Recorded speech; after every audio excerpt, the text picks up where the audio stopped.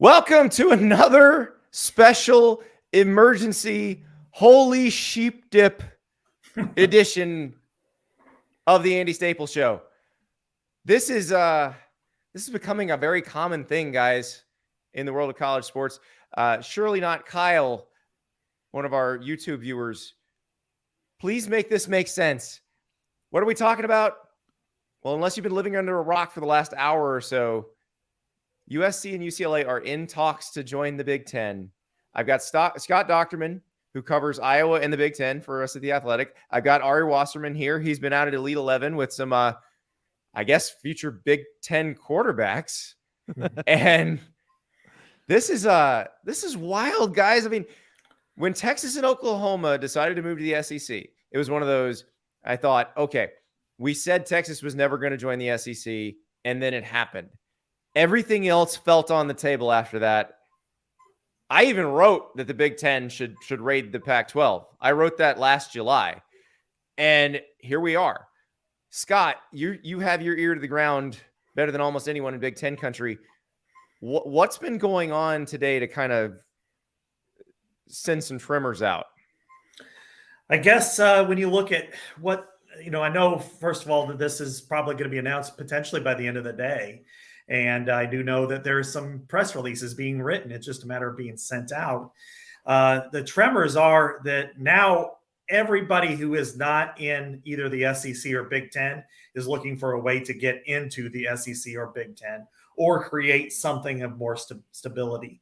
I remember what you wrote last year, Andy, and it's really crazy when you think about it that, there are still more properties in the Pac-12 that are in that same category, meaning Oregon, Washington. There are a couple of others. I was surprised, frankly, that UCLA and USC would leave without Cal and Stanford because they've been kind of locked in arms for so long. And then what does this mean for the Big 12? Are they going to go after the Arizona schools? Colorado rejoin, Utah. Would Utah and BYU be in the same conference? And then you look at the biggest property of them all, Notre Dame. Will this push Notre Dame into a league where Notre Dame USC could end up being a conference game? I think that's fair game for speculation. And then Clemson, North Carolina, Virginia, Florida State. Do they push their way out of the ACC? Do they implode the whole league? This is really a fascinating development. This feels like this has more tentacles than what happened last year. Like this feels like the truly seismic event here because it does affect everybody. Texas and Oklahoma moving to the SEC didn't necessarily make anybody in the ACC make a decision. Mm-hmm. And we don't know about that ACC grant of rights. It's their TV contract goes till June 30th, 2036. And allegedly, they're locked into that. But what if they disbanded the league? What if half the league or more than half the league was like, we're out. We want to disband.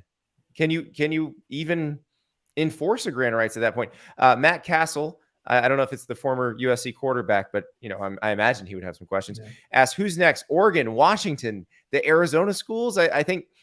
Well, let's talk to our resident Arizona grad, Ari Wasserman.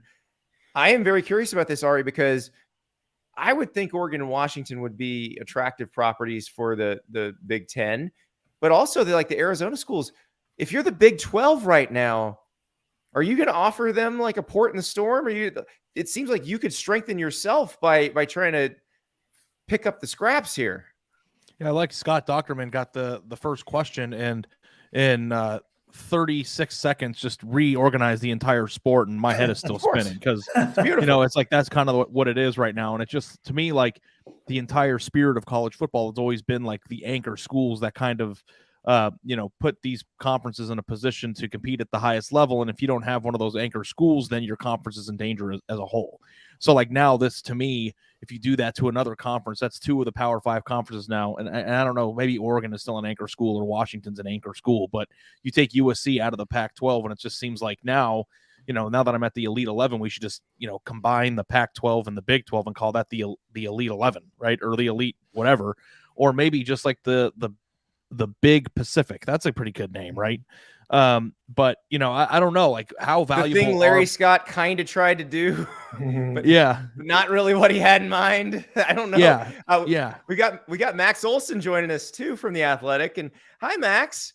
You and I Hey, were are we supposed to breaking down Caden Proctor's commitment to Iowa over Alabama? Is that what we're doing on this one? I see Scott's here. What's up, Scott? Hey, what's up, Max? I mean, biggest recruit in Iowa history as a program. Freaking posted at noon. What was he thinking? I know. Well, right as soon as this happened. So, yeah. Does Caden Proctor play beach volleyball at all, or is he just a football player? He could. He plays basketball. So all right. So it's a little weird jumping into a podcast where I haven't heard what you guys have already hit, but I do have a couple of quick ones here. First of all, what's this mean for the bet? I'm dead. Oh, this is the question. I'm out because the year that USC was supposed to make it, they're going to be in if USC builds it the way I thought they were going to build it, and when they would be primed to just own the Pac-12, they're going to have to play at Ohio State in November. Right? Like, is that how this is all setting up? So pretty much. So the bet for those who don't know is if USC doesn't make the playoff in the next 3 seasons, Ari owes me $1,000. That's bull. I mean, I don't think it's happening now. Yeah, so this is what happens when you gamble, because if you do a futures bet, you can't control what happens in the. And it didn't occur to me that they were going to have to play 3 snowy games in November in 2 or 3 years. So I guess right now I'm like all in on USC getting it on track faster than we hoped they would, and getting there while they still have a pretty easy path to get there. But man. I'm happy that was the first thing you thought about, Max. That's why we're friends. So it's on the list there. So that's one. Another one was, okay, 2 times in 12 months. Do you think they asked Lincoln Riley if he wanted to do it this time? Like, what are the freaking chances? It happens again. Wild. We've had a couple great questions. Tyson on our YouTube channel said, "What about the alliance? They shook hands and looked at each other in the eye." Remember how much we laughed at them when they formed this alliance? I'm using air quotes here if you're not watching on video. Yeah, we knew that was BS, guys, and you just proved it because one of you just rated the other. Like, so there is nothing sacred. I was talking to one of our editors, suggested hey, you should reach out to Bob Bowlesby today. And honestly, I can probably come up with how he really feels on this. And that is A, not my problem anymore. Mm-hmm. And B, sucks to suck. He tried to, a year ago, he tried to meet George Kliavkoff and talk about, a strategic alliance with the Pac-12 and protecting each other. And instead, the takeaway on that was, I'm going to go off with these guys and do the alliance, And so what did the alliance achieve anything? No, obviously not. I'm not saying that a Big 12 Pac-12 merger fixes everything, but shoot, that's probably one of those ideas that probably is worth coming back to now. But if you have that merger, you need to save the bigger brands that are left, right? And who would be the biggest brands in the Big 12 Pac-12 merger right now? You need to save Oregon. You need to save Washington. I mean, those two, it's I feel like, I'm not trying to be disrespectful for the Big 12, but the brands, the Big 12 is still in a position of the greatest need in this point, the same way they were a year ago, right? Yeah, for sure. I mean, when Oklahoma and Texas left, there just wasn't enough there where you thought that they were going to bolt for the Big Ten, an Iowa State or Kansas State or Oklahoma State. Kansas basketball is the biggest property in that league, and nobody moves for basketball. So it's really the biggest brands are left in the Pac-12.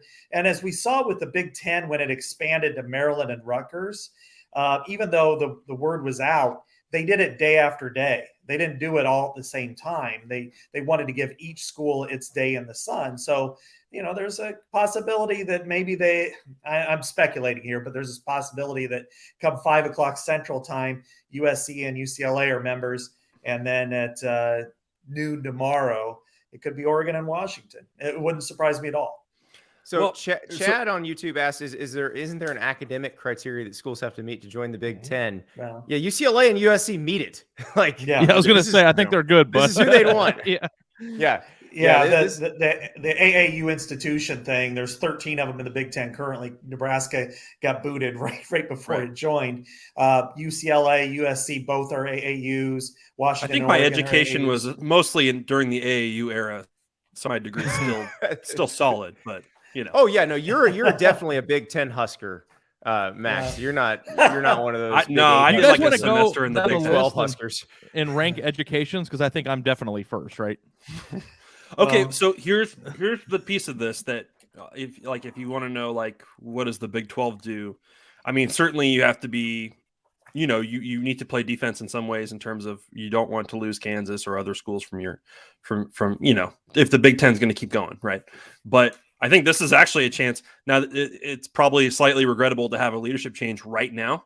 That probably isn't great, but this is probably the first chance for the Big 12 to play offense in a few years. And if that you can start at Arizona State, which makes a lot of sense, but I wouldn't be that surprised if you saw that speculation, include Utah and Colorado as well and going to 16. Yeah, and now if you're Colorado and you left the Big 12 and pointed and laughed, how's that feel? Welcome back. Yeah, and then Hi. of course you've got the Utah BYU thing, which does that make it more True. likely or less likely? Hard to tell on that. Oh I do yeah, know- Utah and BYU in the same league again.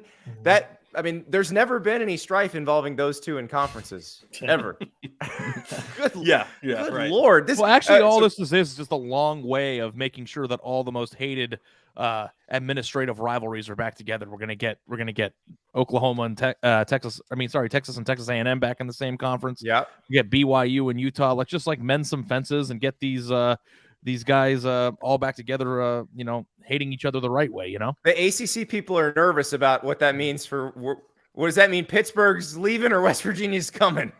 Which one of those is true? Now, Scott, what do you think of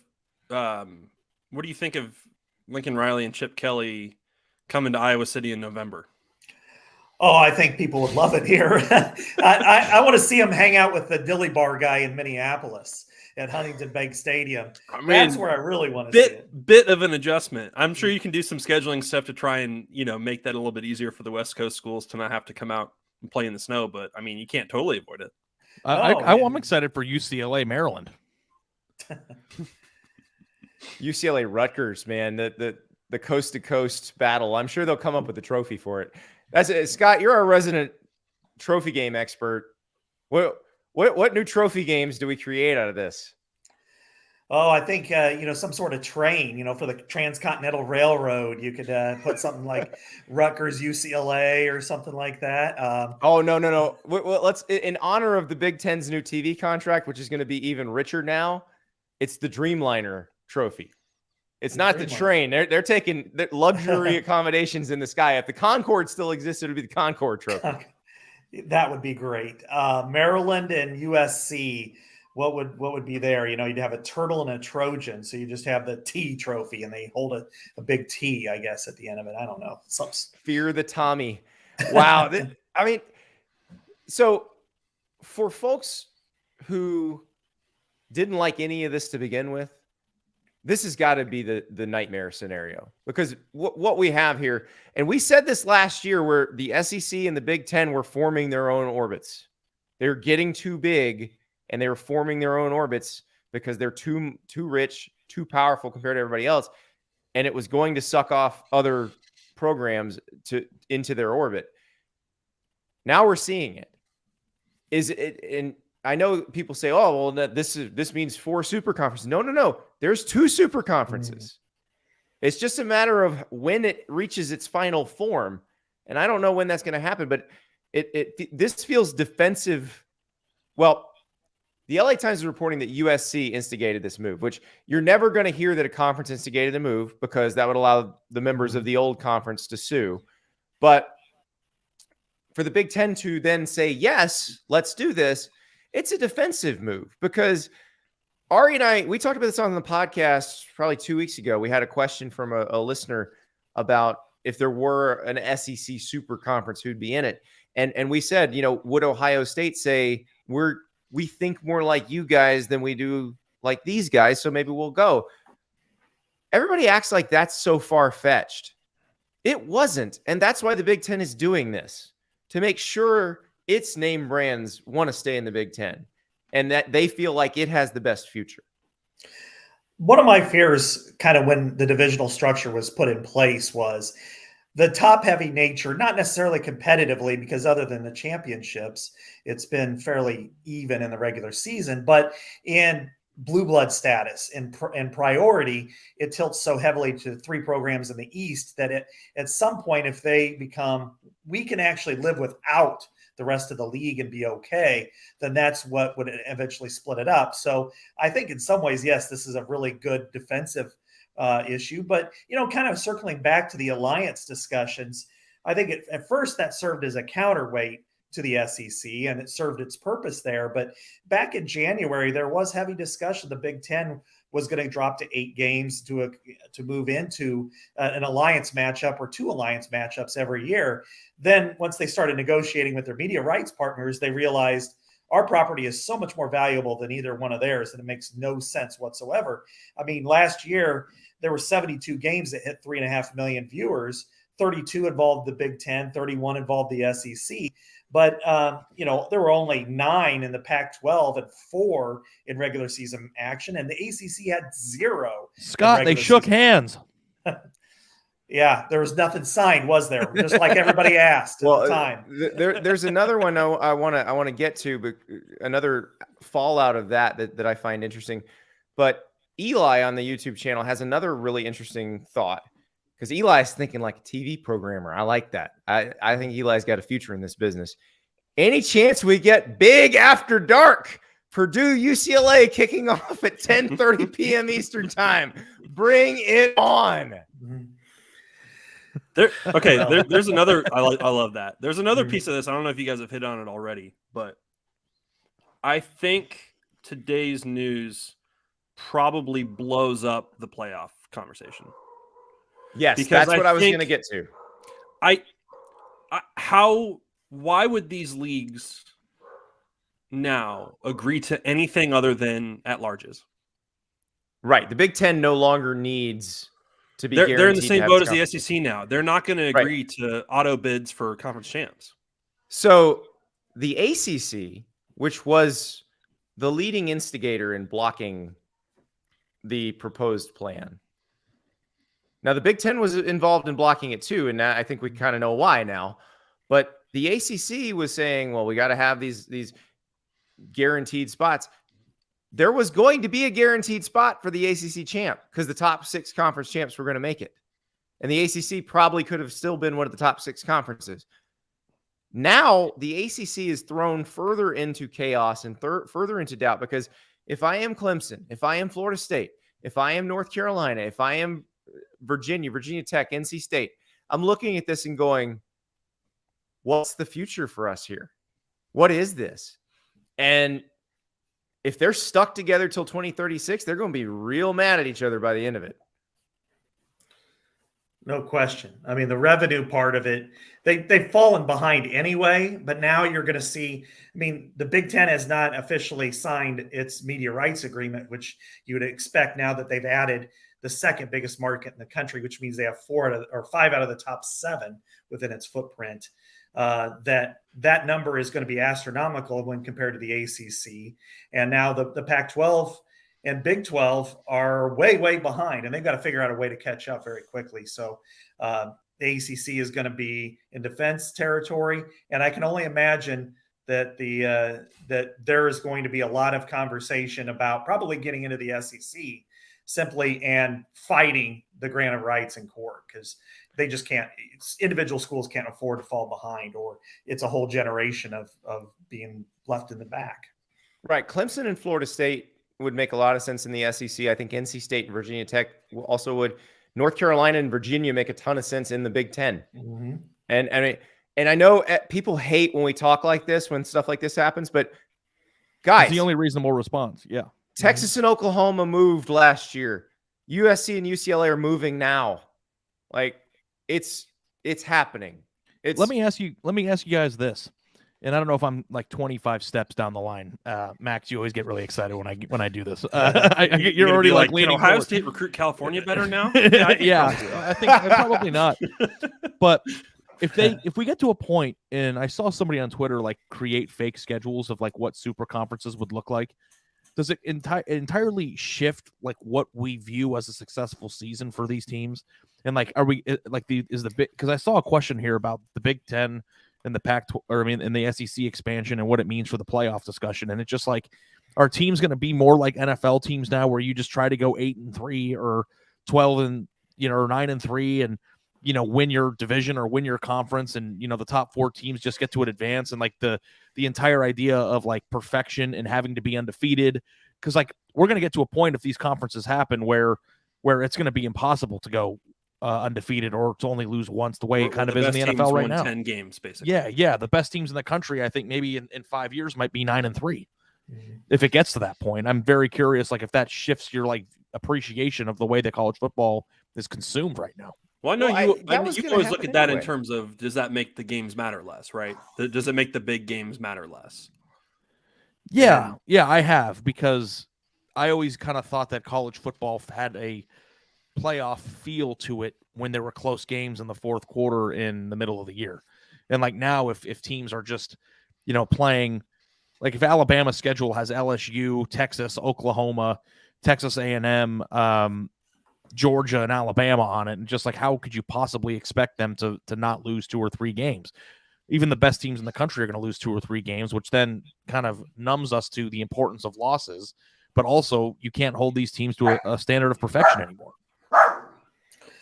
It's all going to be about the playoff, whatever the playoff format is, who gets in, and how you perform in it. And I think in some cases, what does this do? There was that discussion a couple of months ago with the SEC about, we'll just do it ourselves and it'll be a well-watched, interesting playoff. Maybe the Big Ten and a growing Big Ten and growing SEC would say, we're going to have our own little mini playoff, and then we'll play each other for that exactly right. Champs play. And in fact, before we started this podcast, I was talking to an athletic director, and that was exactly what that person said was, that SEC only playoff doesn't sound so dumb anymore, does it? And because they do it, the Big Ten does it, and they put their champs against each other, and that's the playoff. If it goes that way, that's.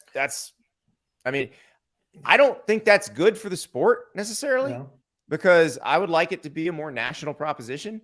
But here's the thing: the Big Ten taking USC and UCLA is an attempt at making it a national proposition. Mm-hmm. They're now in 2 time zones behind them, where they were.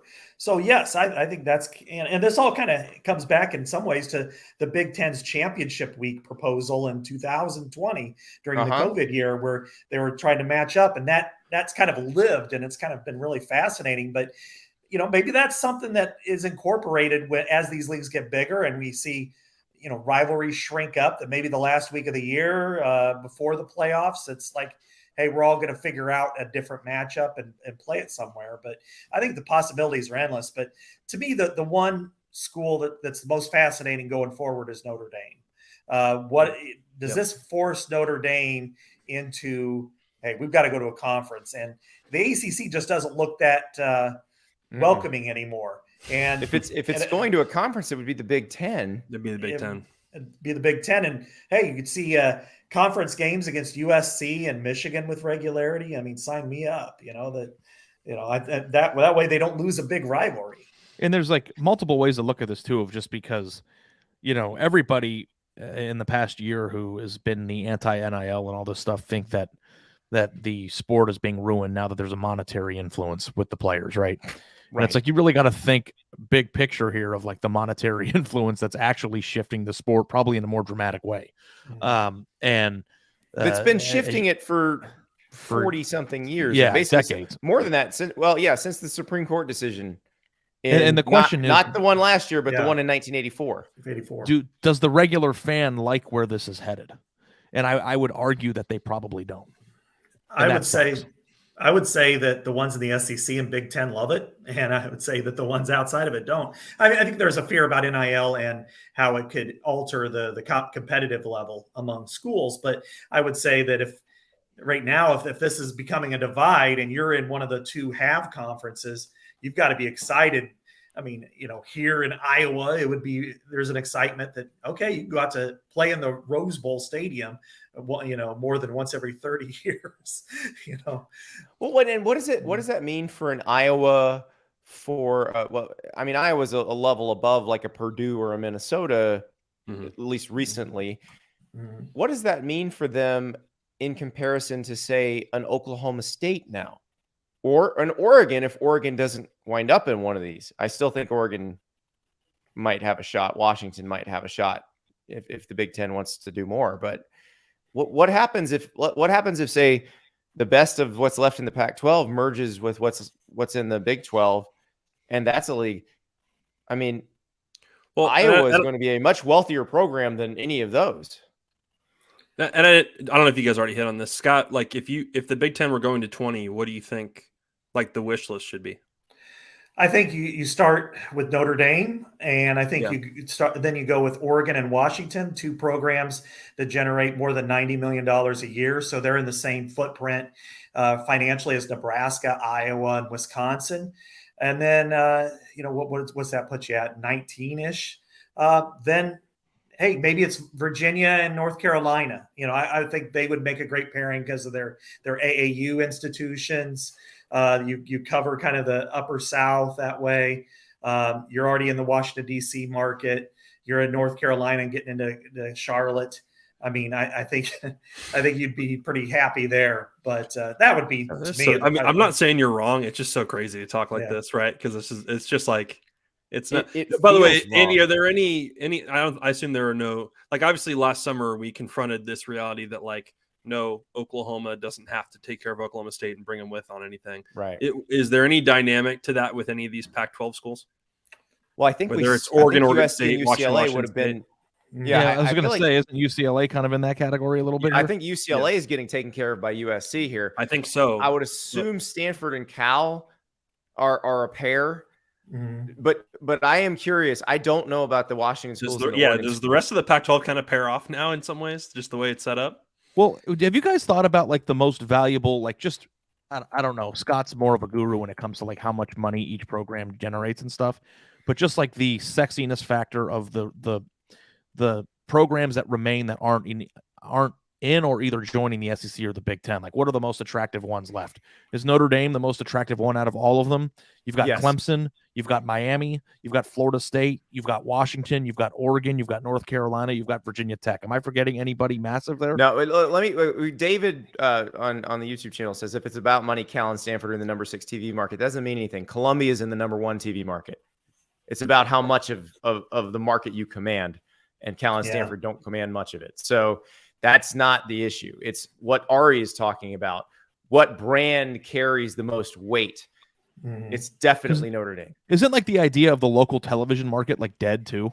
It's I don't know. I spend all day on my Saturdays watching college football games of teams that are nowhere near where I live. So I mean, I know Green Bay is a pretty small market, yet the Packers make a pretty big impact nationally. But and I don't know if this is just fantasy land, but is it too late? And I guess there's so much to this than that. But I think I just named enough leftovers to create the bones of a third mega conference, right? Right. If you put all those together and then you added Arizona State and some of the ancillary pieces, you could create a third one that could maybe rival the SEC in the Big Ten, right? Or are those teams just going to get ripped apart until there's only 2? They could be very competitive on the field, I think. And I think financially, some of the better ones can be in good shape. It's just when you look at, again, how much do they command of the market? I think that's a great point.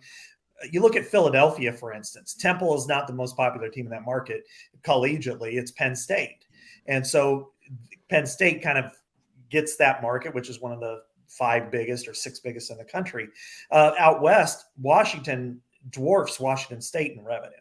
Oregon and Oregon State are a little closer, but still, Oregon's got a much heavier place. And then finally, you look at the Bay Area, which is one of the biggest in the world. I mean, when it comes to finances and Silicon Valley and what have you, Cal and Stanford can't fill their stadiums. So do you get anything from them joining that? Whereas we know in the South and throughout the Midwest and even in Texas that people in Alabama, they may not live in Tuscaloosa, but they're huge Alabama fans. And so, TCU is probably the most popular team in Dallas. I mean, maybe Max can correct me, but TCU and SMU are in that area, probably behind Texas and Texas A&M. Am I right on that? Maybe even Oklahoma. Yeah, you're right. Yeah. So what's the most interesting team to you guys that's not in either of those conferences right now? I don't know, Team? What do you mean team? or program? I mean, like just in Well, terms of there's like a what could be few. left over. Like is Like what's Notre Dame Clemson? is sort of Notre Dame is the key to a lot of stuff, and so that's one. Would Notre Dame want to stay independent? Obviously, Notre Dame wants to stay independent. We know the history there. Is it possible now?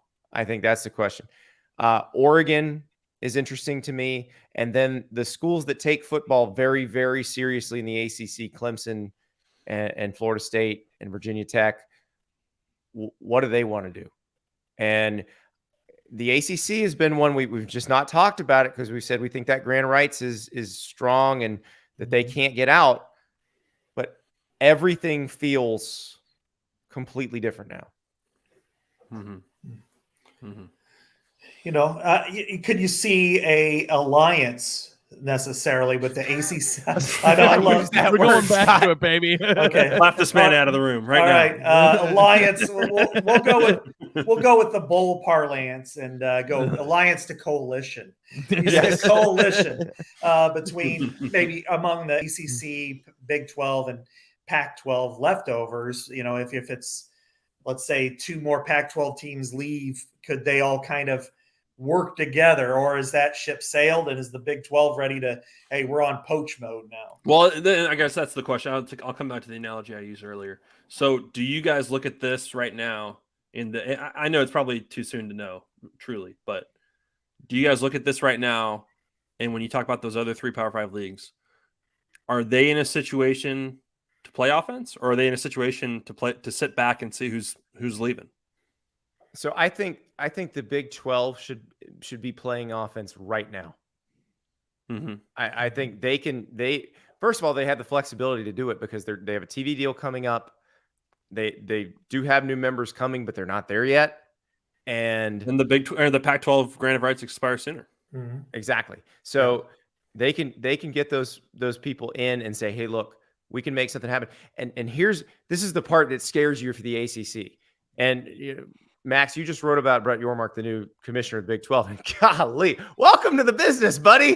Brett Yormark, he starts the job on August 1. How much shit's going to happen between now and August 1, guys? I don't know.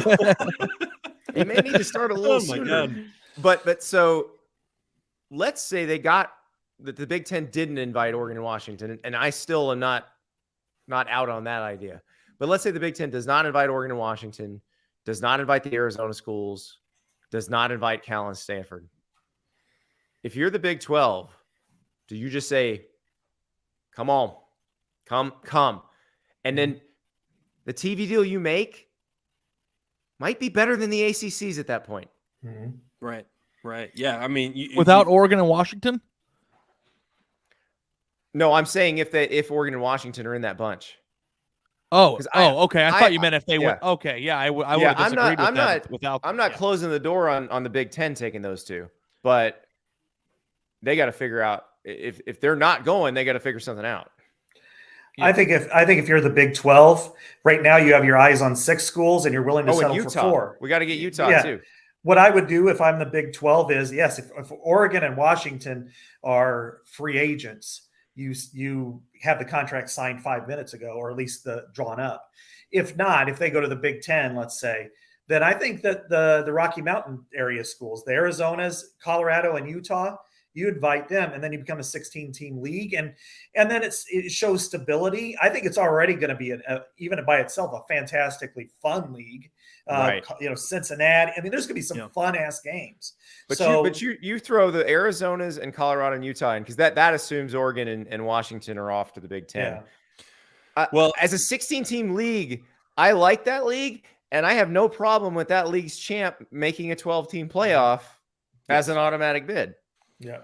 Yep, that's right. And it's important to think back a few months ago. Like, I think one of the things that like kind of cut through all the noise here in the past few months was, do you guys remember the Navigate projections that essentially suggested that the SEC and the Big 10 are going to be making twice what the other Power 5 leagues make within, I think, by 2026. Yeah. You see where the Big 12 is at, and they're projected 5th out of 5, obviously, at that point in time. Obviously, the number on the Big 10 probably looks a little different today than it did yesterday, but I would think the Big 12 has a chance to move up in the world here. Oh yeah. If they move fast and if they're targeted, But their board's going to have to get their act together on this because Bowlesby was able to move swiftly on the 4 new additions once they agreed. Once the ironically, once the Pac-12 decided they were not going to expand, which remember they made that decision last summer in going to the alliance. And once they did that, the Big 12 stuck together, and Bowlesby was able to move very, very quickly to add 4 new schools. Now, can the Big 12 strike like that when they're in the middle of a leadership transition? Can the board get on the same page about these things? I'm sure there's already been discussions about those 4 schools in the past, or specifically the Arizona schools. But in terms of the Big 12 striking now, like it's probably a little bit of a question of like, how do we go about doing that? Well, and here's another question. Cal and Stanford, obviously the Big Ten would consider them an academic fit. Are they worth taking from an athletic standpoint is the question. No, for the Big 12? No, the Big Ten. For the Big Ten.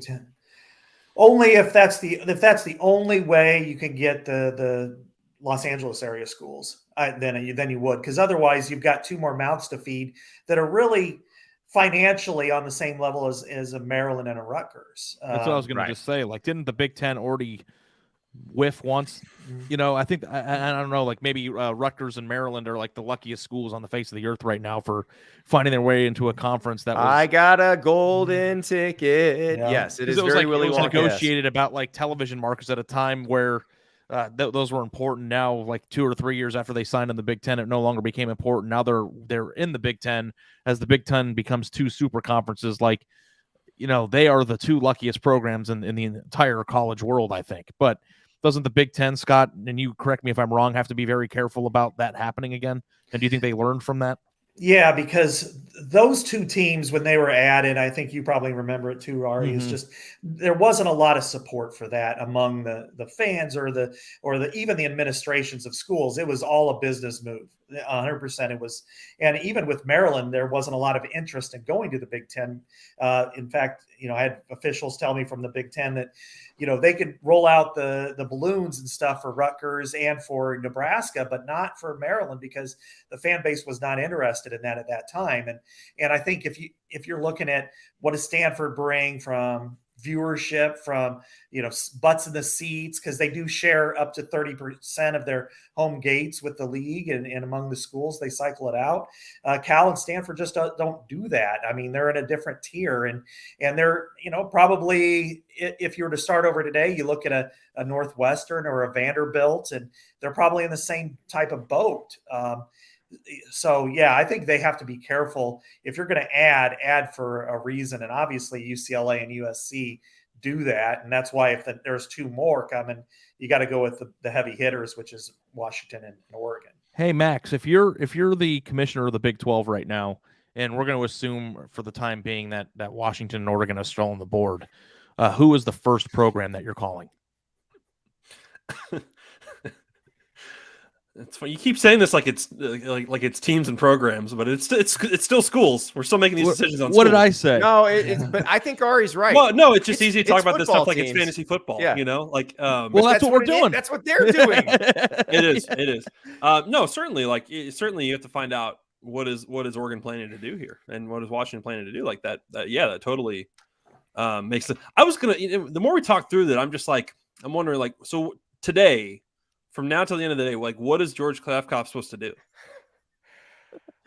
Like what is the move you make here? Run back to MGM and just live in Aria and go down to Javier's for nachos and drown your sorrows in jalapeno margaritas. Take a quick look at your PTO, see how much you got. Just go away for a little bit. Live the life that I work every single day of my life to try to achieve one day. Yeah, that. Yes, basically. I mean. This ain't what he signed up for. Well, it is, but it isn't. And that's the problem. I mean, we didn't. But the move, obviously, like the move is not to like go get Mountain West schools, right? Like, I mean, what are you supposed to do to strengthen your conference? The only thing you can do is try to strip the best of the Big 12, which you could also do. Oklahoma State, TCU, Baylor, Texas Tech. Yeah. Do you take Iowa State? Do you take Kansas? You take Kansas probably. You want the national basketball champs? That's what I'm saying. Like, so what beyond that? If he doesn't really have any moves to make here, beyond like, so that's probably where this battle starts, I You suppose. could form an alliance with the ACC. I'm ready to get hurt again. Listen, I'm sorry. I'm going to keep making fun of that alliance until the day I die, because there were people who were like, see, they formed an alliance. And we were all laughing at them. Yeah. Because we should have been laughing at them, because we knew that one of them was eventually going to stab the other one in the heart. And that's what happened. Yeah. A lot faster than you'd think, too. In the history, in the entirety of human history, has there ever been a handshake deal between two entities with this much money on the line that was just like everybody agreed, like did what they said they were going to do, like in any regard? No, this is like Van Ribbentrop and Molotov back in '38, but with the German Russians. But no, this one is just way out there. I mean, the alliance was what it was, and we all saw it for that, but nobody else did. All it was a backdrop on a press conference. It was, hey guys, we're locking arms. We're showing that we're going to battle the SEC, and once the Big Ten figured out it's bigger than the alliance, it's bigger than the other two leagues, and it's on the same level as the SEC in prominence anyway, if not on the field, then it's off to do what it's doing right now. It's going to make more money than both of those other two leagues combined, and now it's taking its best properties, so it doesn't need to play the alliance matchups when they're all under the Big Ten roof. Guys, what does college football look like in 2035 in your mind? Put a pin in that, Ari. Hold on one second. I realize we're used to podcasting and we're used to everybody starting from the beginning of the show and going to the end, but I'm going to put on my live radio hat right now because we're doing this live. We'll do it live. And we've had quite a few people join us here in the last few minutes. So it is me, myself, Andy Staples, Scott Docterman, who covers Iowa and the Big Ten for The Athletic, Max Olson, national college football writer for The Athletic, Ari Wasserman, national recruiting writer / gambling connoisseur addict / guy who's going to owe me some money. By the way, breaking news on our bet, Ari. A regular listener texted me and mentioned I need to go back and listen to our original show where we made that bet that USC would make the playoff in the next 3 years. You said they would. I said they wouldn't. I was just under the impression the stakes were $1,000, but apparently you said $10,000 first. Oh yeah. Okay, well, let me have to go back and listen to that. Okay, we'll go back and listen to it. If it's 10 grand, then I'll get the money. I'll get it for you. What do you got there? A little popcorn, Max? I should have led with this. I had my popcorn ready for this today. Just your popcorn ready. That's exactly right. So, I mean, we are talking USC and UCLA going to the Big Ten, but obviously that's not the only thing that's going to happen. This will be an earthquake that triggers a lot of tremors down the line. More so, I would imagine, than Texas and Oklahoma. Because like when Texas and Oklahoma moved to the SEC, you saw an end point. You said, okay, if the Big 12, if nothing happens with the ACC and the Big 10 doesn't go after the Pac-12, then the only thing that's going to happen is they're going to take some schools to refill the Big 12, and the conferences that lose schools will backfill, which is what happened. This is completely different because the Big 12 is in flux, has a TV deal coming up, needs to do something. The Pac-12 just got torn apart. The ACC now looks to be very much in jeopardy, even though they have that grant of rights. Because if I'm Clemson, if I'm Florida State, if I'm any of the other schools that want to compete for national titles, I'm looking at it like, wait a second. We're going to be so far behind the Big Ten and the SEC now. Mm-hmm. So this is very interesting to see where this goes from here. And Ari just asked the question right before I so rudely cut him off. What does college football look like in 20 years? Wrong answers only. Well, everybody's tried to say that there are going to be 4 16 conferences, which I always laughed at because it's just not built that way. But I think you might see 2 28-team conferences, or 3 conferences where the SEC and Big Ten have 24 teams, and then somebody else kind of has the rest of the best. That's what I could see. Do y'all think this could go AFC, NFC? Yeah, I do. I mean, down the road. I was kind of hoping last year. It seemed like that felt like a logical conclusion last year when Texas and Oklahoma moved. But this that feels like the only conclusion now. And then you have four mini conferences within the or mini divisions within the Something like conferences that. they each play Yeah. to win their division. And then maybe there's And they would still call it the Big Ten, even though it's Oh, I don't tripled know. in That's, size. that's the other question. The Big what about Tent. the jumbo size 10? Yeah, the Big Ten. I don't know. There you go. Yeah, but I think you could do how would it be, 60 something teams and both split them up and then do a little mini playoff on both sides and then play a college football Super Bowl. Basically, and kind of what the Super Bowl was originally intended to be, the AFL, NFL. But then they could play, but they could also play, I guess it'd be more AFC and NFC because they could play each other during the regular season. And then at what point So then those is there a group of merge? 5 championship, essentially? I In think there's a that new vision division. of yours, is that how it goes? Yeah, I think there's just either a new division or the FCS gets bigger. Yeah.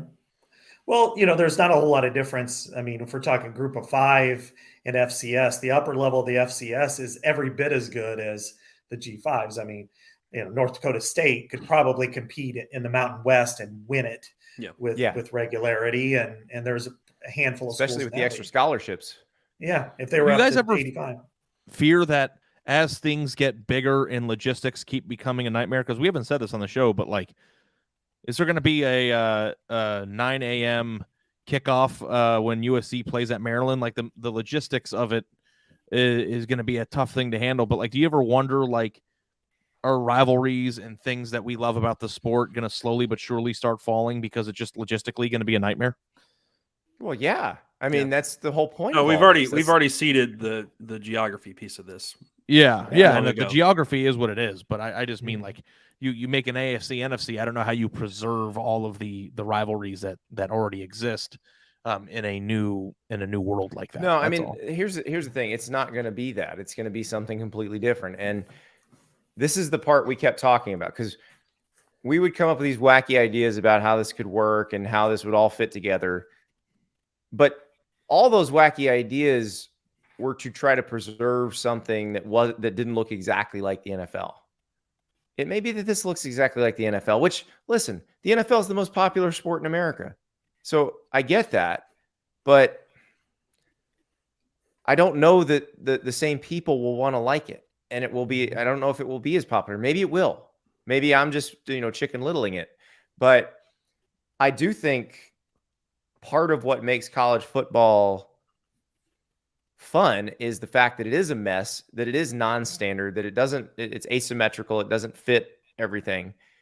And that's gone. It's just not going to happen from this point forward. To add another layer to this. So what did you say, 2030, Ari? Yeah, just 20 years down the line. Whatever. Okay, 20 years down the line. 35, yeah. Okay. Is it possible that if we get into an AFC, NFC way of going about this or whatever, do you think that one of the splits will just be at this level, players are paid under contract, and at the lower level, they're still, student athletes? That's a great question, because how are they going to? It depends on really collective bargaining. If we're talking far down the road and Yeah. working through that, obviously that's its own massive issue. I mean, you think about the last 10 years, and I remember 10 years ago when Jim Delaney brought up paying the full cost of attendance, and people were flipping out because at Texas it might mean $5,000, and at Kansas it might mean $3,500. Just stupid things like that, or laundry money and shit. Yeah. So yeah, I think collective bargaining is going to be part of this at some point, because with that, whether it's to get NIL under some sort of regulation or what have you, and maybe it is going to be the difference, the separator, because even Gene Smith last month when we were talking to him in Chicago was like, we need to get football out of the NCAA's purview. So maybe this is the way to structure major college football, and then have second level college football just be separate. Yeah. And Well, what they and can do. Brian, who's watching the show on YouTube, just mentioned that, maybe this is a football only thing, and then you have the other stuff kind of work together. None of the other traditional college conference ramifications, which is logical. You have a group that governs football, and then you have the other sports in their own groups, which we've seen. Like, did you guys know that Louisiana Lafayette is like the Alabama of college water skiing? So that's not an NCAA sport. It has its own governing body and all that. You could have your own governing body for football and then have. Do they have water skiing in the Pac-12? Because that could be a good fit. That could be. It could be big. It could be big. So does Louisiana Lafayette like recruit nationally then? They recruit internationally. Like people. International. Oh. Yeah, Louisiana Lafayette and Saban's a Louisiana slacker. Monroe. Yeah. Louisiana Lafayette and Louisiana Monroe are both big water skiing schools. So like, so you're some water skiing prodigy in Germany, and like, you're landing in Monroe, Louisiana. Like, all right, let's go. So we always talk about like how crazy would it be for a kid who grew up in Hawaii to go play at Nebraska? Didn't that happen last year's class? And it's like, can you imagine? Yeah, the kid went guy right back home. But yeah. He did. Okay. Yeah. Some kid that grew up in Germany just landing in Lafayette, Louisiana, ready to ride his to water skiing glory. That's funny. Yeah, no, that guys, kid transferred to the Hawaii. LA Times is What a reporting this shocker! does not include beach volleyball. The beach volleyball teams are not moving. But no, I mean, in all seriousness, when it gets to the critical mass that we all are now thinking it's going to get to, you could have volleyball leagues of schools that look more like traditional conferences, schools that are peer institutions that are near each other, and football is in a different kind of league. So would you buy that, Andy? Is football just essentially being a semi-pro league in that future? I think so. I mean they've already made it that. They've made it that without paying the players a salary, and they just have to do it while paying the players a salary. The only thing that would change that is the NFL changes its age limit. Yeah. It's so funny the way these things all kind of line up, because that was having conversations with people around the Big 12 hire. You know, they went outside the box, or outside the industry with their hire and even with their finalists, and I think their board felt like this is essentially pro sports in a lot of ways, and so we need to sort of, act that way. Yeah, I don't have a problem with that. At least they're acknowledging it. At least they're being honest about it now. Before, they were doing it and making all these decisions as if they were running pro sports franchises. But well, then Andy, they would hire anything. people to just try and preserve the past, right? At the NCAA level and on down. Yeah. So now I guess what this means is the people in charge are at least acknowledging what they've done and the decisions they've made have pushed them to this point. And it's different. And there was a comment much earlier in the show. One of the folks watching said, is Kevin Warren the one your girl warned you not to worry about? Like, yeah, the Big Ten should have always been that. Like the thing with lots of money that everybody wants to be a part of. Yeah, you should be worried about that. Well, girls don't like that stuff. Money, desirability. I have a question. Just, there's so much inside baseball stuff here with money and institutions and all the stuff that you guys are experts on, even way more than I am. But like, we are all generally fans of the sport. We enjoy consuming it, right? That's why we do this for a living. Are you guys at all in the same boat with just fans in general, of just like worried about the sport being just changed for the worse permanently? And like, I know we always mock Andy, like, if you're afraid of change, then you're just a loser that can't figure it out. Like, but like, is there a certain point where you're just like, where the original vision is too bastardized? It's just, it's just like you can definitely change too much and kill the product. Like, are you ever a fear that this product is being beaten to death? I think the biggest fear with NIL is that there's just too much money going in too many different places that's unregulated. And I always thought that, okay, the first year or two, it's going to be wild, wild west, and then it'll stabilize. And, somebody, let's say Miami bought all these players essentially, and then they go 4-8 next year, or 6-6, then and show, hey, that's not the way to do it. I do have a fear. My biggest fear is the losing of the rivalries. Because we've seen some of that anyway. Now it's kind of strange. You see Texas A&M getting back together. You might see a Utah BYU if some of this happens. But I've advocated a lot for this. And the Big Ten side is what they do with their schedule is with 3 teams there's a discussion whether it's going to be 2 permanent rivals or 3. I've been on the 3 side of things, partly because Iowa has 3 rivals. It really should. Hey, Scott, it's a 3-6 now because of 16 teams. There you go. Perfect. Absolutely. But just amazing the things we waste our time on, you know? Yeah. Hey, yeah. Well, assuming it's 16, if it's 18, it's a totally different deal. Right. But Joe mentioned, by the way, the potential Big Ten championship locations. When's the first one at SoFi? That's happening now, right? The Rose Bowl. Dude, Big Ten title game at SoFi you would think would happen. Yeah. But the attachment with the Rose Bowl would always be there, even if you're not officially playing. Oh, wait. Okay. I just and forgive me for being the stupid one who just caught this. Let's say the Rose Bowl is not part of the playoff anymore because the bowls are useless and worthless and didn't need to be in the playoff in the first place. Now, if the Big Ten championship is at the Rose Bowl, you've preserved tradition. You've managed to keep it important. And now it just funnels into whatever the thing you're doing after that. Mm-hmm. That's a casualty of the sport I think we can all live with. No, what I mean is now they can do that. Now they have that. And I would imagine that's so when they talk about the playoff, when they come together to argue about what the playoff format's going to be, do they have to care about the Rose Bowl now? The Pac-12 is irrelevant. Doesn't matter what they think. And then the Big Ten can kind of do its own special thing in the Rose Bowl anyway. Right. Yeah, I agree. I think now's that time. The Rose Bowl's been the only one that's really kind of hung out there. Otherwise, we're just playing games at stadiums. I mean, all these domes, what's the difference other than location on the outside between playing it at Jerry World or the Superdome or in Atlanta? There's nothing. So it's really about just the only stadium that's ever mattered is the Rose Bowl because the sunset over the San Gabriel Mountains. It's like Augusta Nationals. Yeah. As long as you can play a game there, the bowl game itself doesn't matter. Yeah. Now you could have your Big Ten tournament with your Big Ten championship on January 1st in the Rose Bowl. And the SEC has its SEC tournament with its SEC championship on January 1st in the Sugar Bowl. And then the following Monday, they just play a game against the 2 winners. Mm-hmm. And all of a sudden, bada boom. You just had, because you could have 8 teams participating from each league in their own tournament. So you just created a 16-team playoff right there. I'm down with it.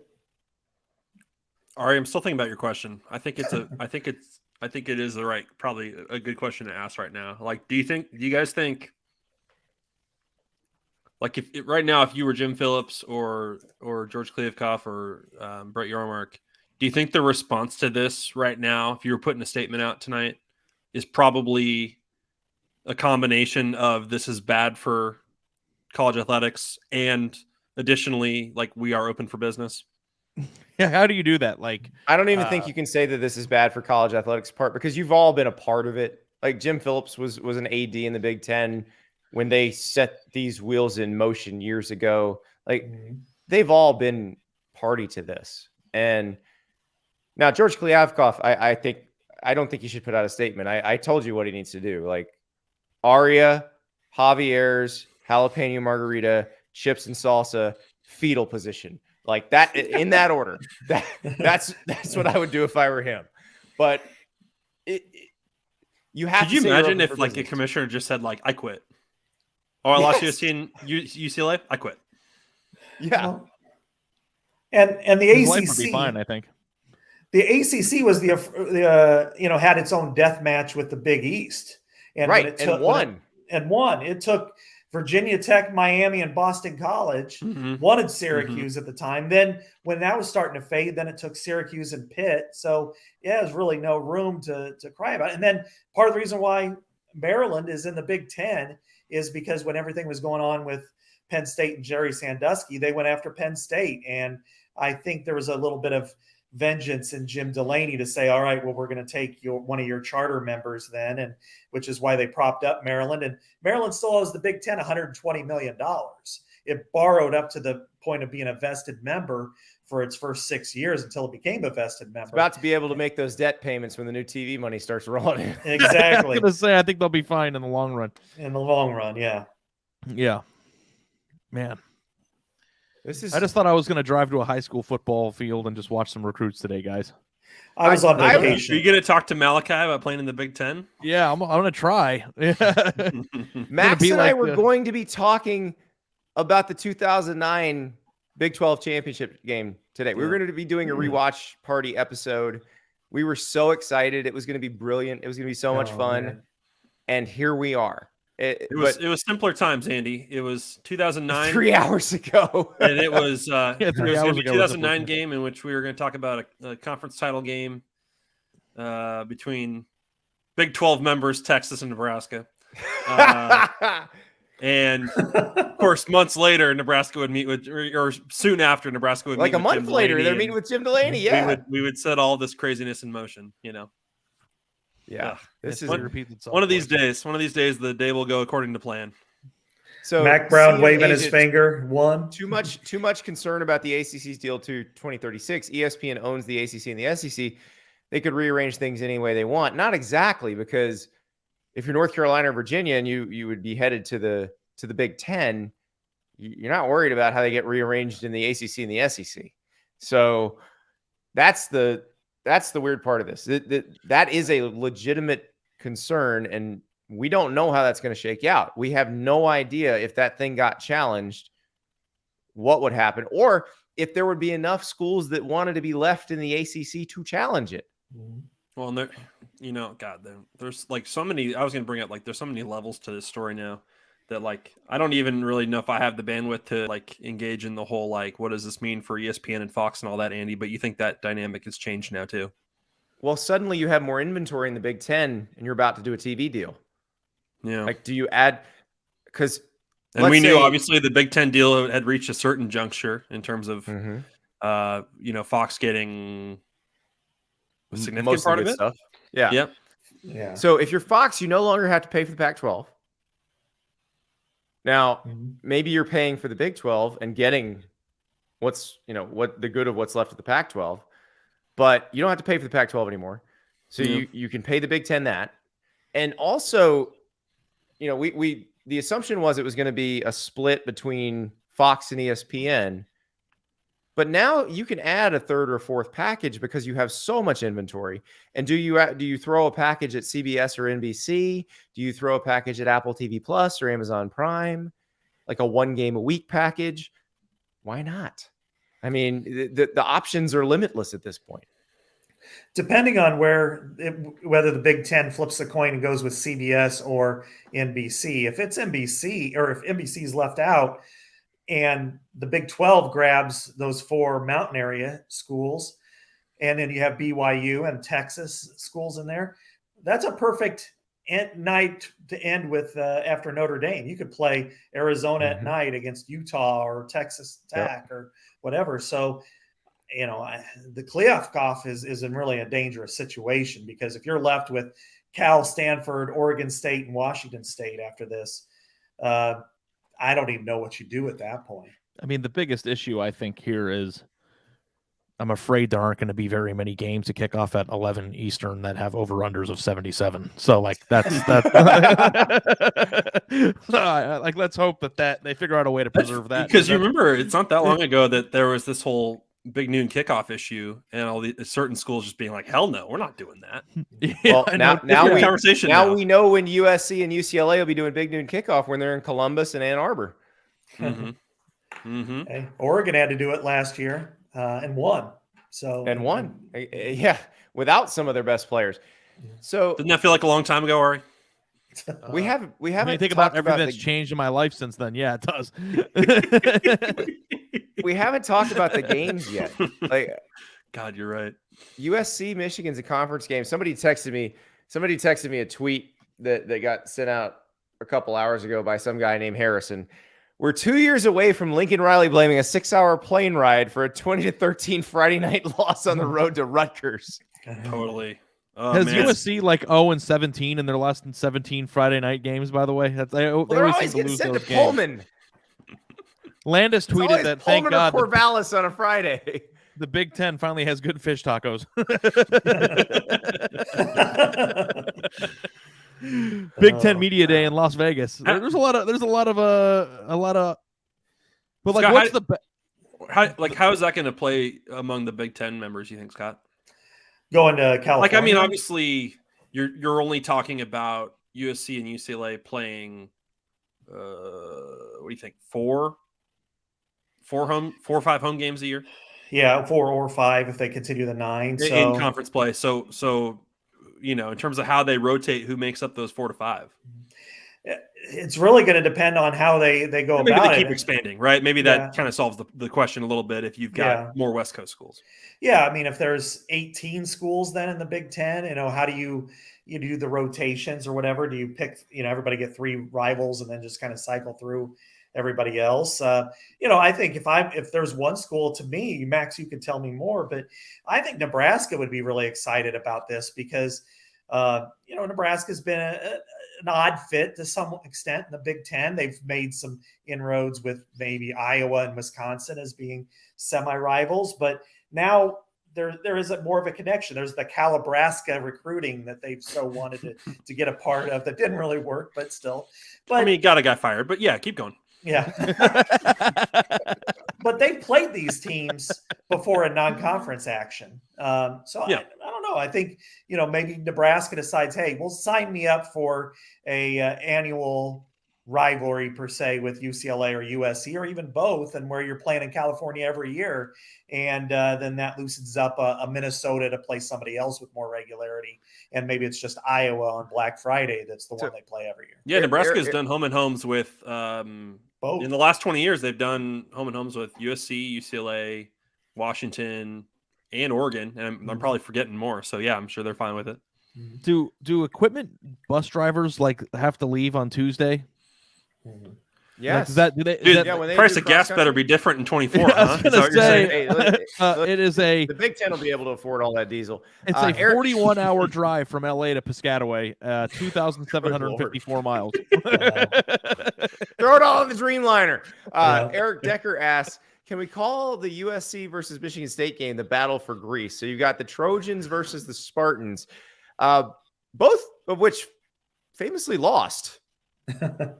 I mean, the Spartans put up a hell of a fight, but they lost, and the Trojans got tricked, and they lost. So, now, do you think Michigan State should recruit in California more? You're just patronizing me. That's a trap. I'm just we haven't even talked about recruiting once.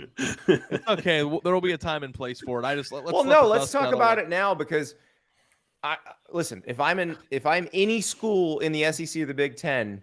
All I'm saying at this point is, if I feel like I'm at least threatened at all by an ACC school or a Big 12 school or Pac-12 school, why in the world would you go there?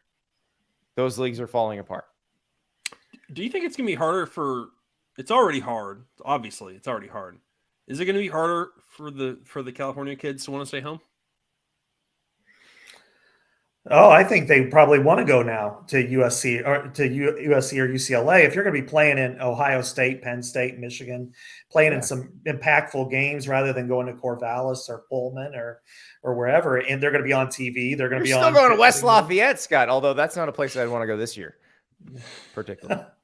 I can tell you that there's some spats going on between the black and golds of the world in that one. But anyway, you're going to go to Champaign once in a while, but you're still going to have more viewers than you do, playing at 9:30 on a Saturday night on FS1. And how much worse is the trip to to West Lafayette than it would be to go to Pullman anyway? What's an extra hour on a plane, but you're still in the middle of nowhere. Yeah, you're just going, you're just going in a different direction, maybe a little bit further, but And you might see some cool Drew Brees related memorabilia instead of some. There is nothing better than driving. You know what? Memorabilia. I don't know. Indiana. The truth is, they'll recruit better because they'll be in the league that makes all the money. Right. It's simple. That's probably the truth. Yeah, and I do think this probably makes USC a more attractive destination. UCLA though? I mean, they're not exactly lighting the world on fire in the Pac-12. Now they face tougher competition in the Big Ten.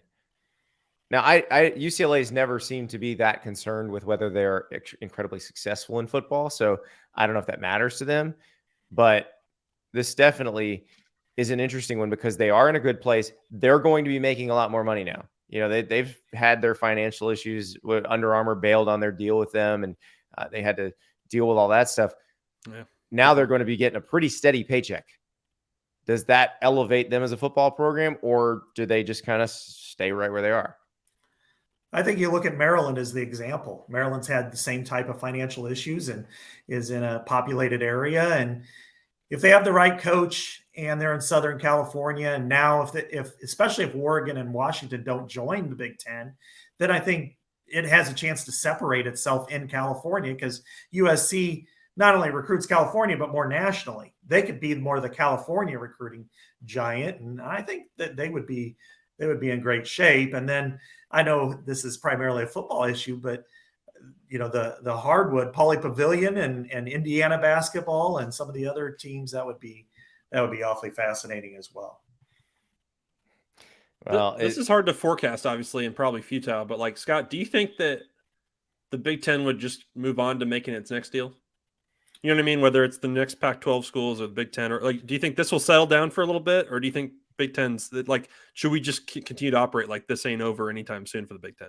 I think right now you put the foot on the gas and go. Yeah. If that means call Jack Swarbrick, that's call Phil Knight, the owner at Oregon, Washington, everybody, just say, what can you do? Make 51 seconds ago, John Wilner, who originally broke the UCLA USC story, tweeted, "Source, don't assume the Big Ten is done." And we're not assuming that.